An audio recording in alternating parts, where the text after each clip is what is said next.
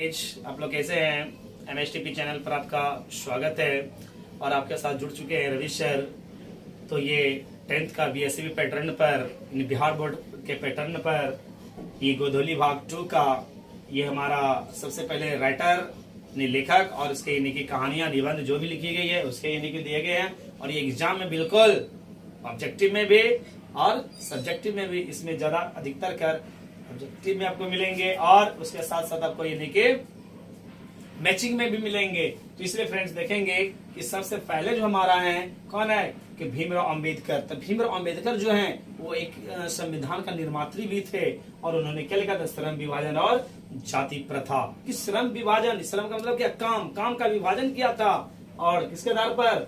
जाति प्रथा, जाति के आधार पर। अभी भी बहुत सारे लोग ऐसे हैं जो जाति के नाम पर बंधे हुए हैं और वही काम अभी भी कर रहे हैं। लेकिन आज यानी बहुत सारे लोग ऐसे हैं कि जो जाते हैं उसका काम पहले वो बटा जाता था और उसी को बंधन में बांध दिया जाता था। लेकिन आज क्या फ्रेंड्स, सब अपने अपने स्वतंत्र हैं, सब जैसे हैं वैसे कर सकते हैं, वैसे करेंगे, तो वो किसी का बंधन में बनता नहीं है। तो अगर कहेंगे तो श्रम विभाजन और जाति प्रथा क्या है फ्रेंड्स? तो हमारा क्या है? निबंध है। क्या है?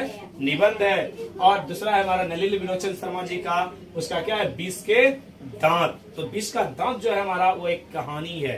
तो 20 का दांत इसलिए लिखा गया था, क्यों? क्योंकि इसमें मैन जो करेक्टर थे, सेन साहब थे, गिरधर लाल थे, खोखा थे और मदन थे। तो उन्होंने क्या किया था? मदन ने जो था खोखा का 2 दांत तोड़ डाले थे, इसलिए उसका नाम दिया गया था 20 का दांत। और उसमें बहुत सारे कहानियां हैं, बहुत बड़े बड़े, इसलिए कहते हैं बड़े बड़े लोग बड़े बड़े ही ख्वाब देखते हैं और छोटे लोग उतना बड़े ख्वाब देख पाते नहीं हैं। तो ये कहानी जो कि मध्यम वर्ग और निम्न वर्ग की यानी कि इसमें कहानी बताई गई है जो कि हमारे 20 के दांत में बताई गई है। और नेक्स्ट है मैक्स मुलर जो कि हमारे भारत से हम क्या सीखें। तो भारत से हम क्या सीखें ये दिया गया है। तो ये हमारे भारत से क्या सीखें क्या है? एक भाषण है, एक स्पीच है। और नेक्स्ट हजारी प्रसाद द्विवेदी जी। हजारी प्रसाद द्विवेदी जी का क्या है? नाखून क्यों बढ़ते हैं? तो नाखून क्यों बढ़ते हैं? तो हमारा क्या एक ललित निबंध है। तो नाखून क्यों बढ़ते हैं? क्योंकि हमारे पशुताओं के कारण ये हम लोग नाखून क्या करते हैं? नाखून काटते हैं और नाखून क्या होता है? फिर बढ़ जाता है। और ये कम वक्त, कितना भी काटो ये साला बढ़ ही जाएगा, कितना काट ले लेकिन ये बढ़ेगा, हर हमेशा बढ़ते रहता है। क्यों? ये कम वक्त है, ये नासमझ है, ये कभी मानने वाला नहीं है और ये दिन बिल्कुल बढ़ता ही सब दिन रहेगा। क्यों? ये पशुता का कारण है। और नेक्स्ट है गुनाकर मुले। गुनाकर मुले ने क्या लिखा? नागरी लिपि। नागरी लिपि भी क्या? एक निबंध है, ठीक है, एक प्रलेख जिसको कहा जाता है। तो नागरी लिपि जो है हम लोगों का, जैसे हिंदी है तो हिंदी किस भाषा में लिखते हैं? किस लिपि में? तो देवनागरी में लिखते हैं। संस्कृत भी किस में? तो देवनागरी में लिखते हैं।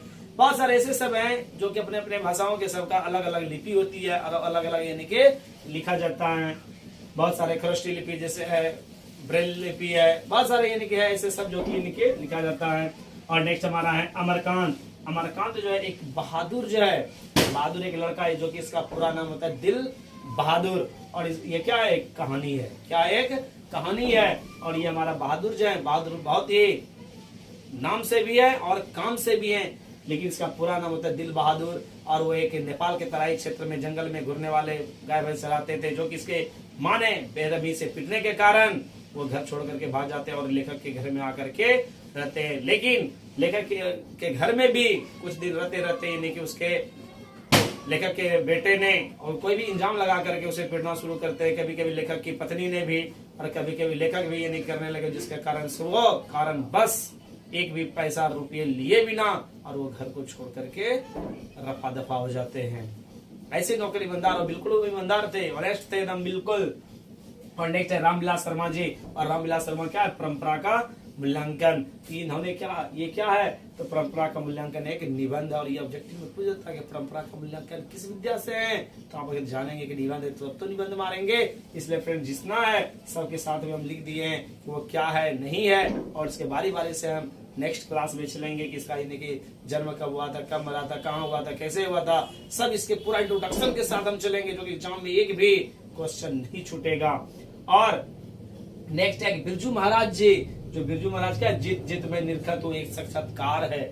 क्या है? एक साक्षात्कार है जिसको हम लोग कहते हैं इंटरव्यू।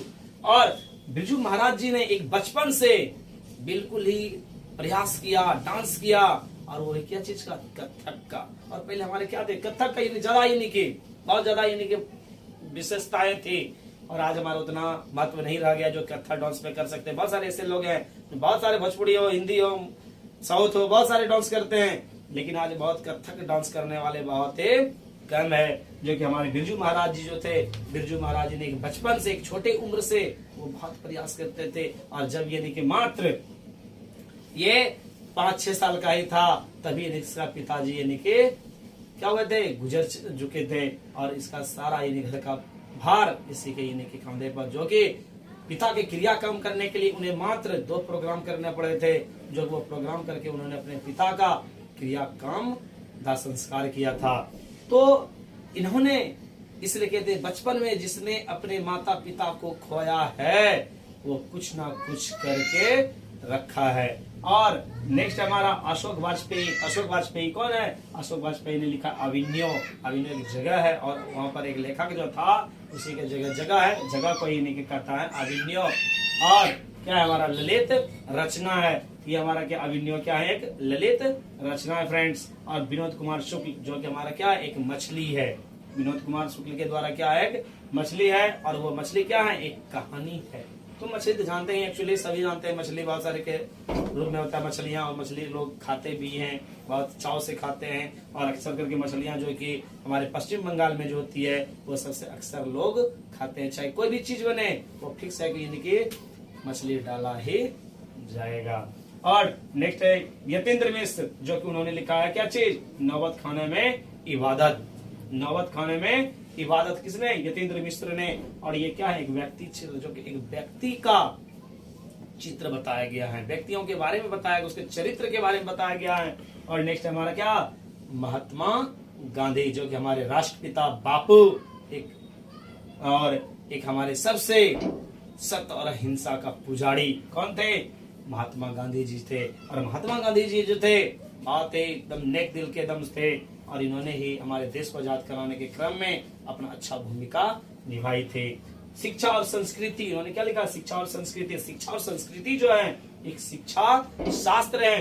तो शिक्षा शास्त्र जो इसलिए कहता है फ्रेंड्स, और ये बात याद रखना हमेशा कि शिक्षा सुनने में भले छोटी लगती है, लेकिन ये बहुत ही महान है, बहुत ही ग्रेट है। क्यों कहते हैं, इसलिए शिक्षा वो शेरनी का दूध है, जिसने पिया है उसने आज दहाड़ा है। इसलिए फ्रेंड्स, शिक्षा अगर ग्रहण करना हो तो एकदम बिल्कुल मन धन तन सब लगा करके करना है। जो कि शिक्षा वो एक ऐसी चीज है कि कभी भी कोई छीन नहीं सकता है, कोई उसका बंटवारा नहीं कर सकता है। वही हमारी शिक्षा और संस्कृति है, और संस्कृति ही हमारे देश की क्या है, वो एक अनुशासन है, और हमारा संस्कृति ही मुझे जीवन जीने के लिए सिखाती है। इसलिए कहता है शिक्षा, और शिक्षा का डिफिनेशन दी जाती है। शिक्षा वो है जो लोग अपने आंतरिक गुणों को दूसरे को बताता है, उसी को हम क्या कहते हैं, शिक्षा कहते हैं।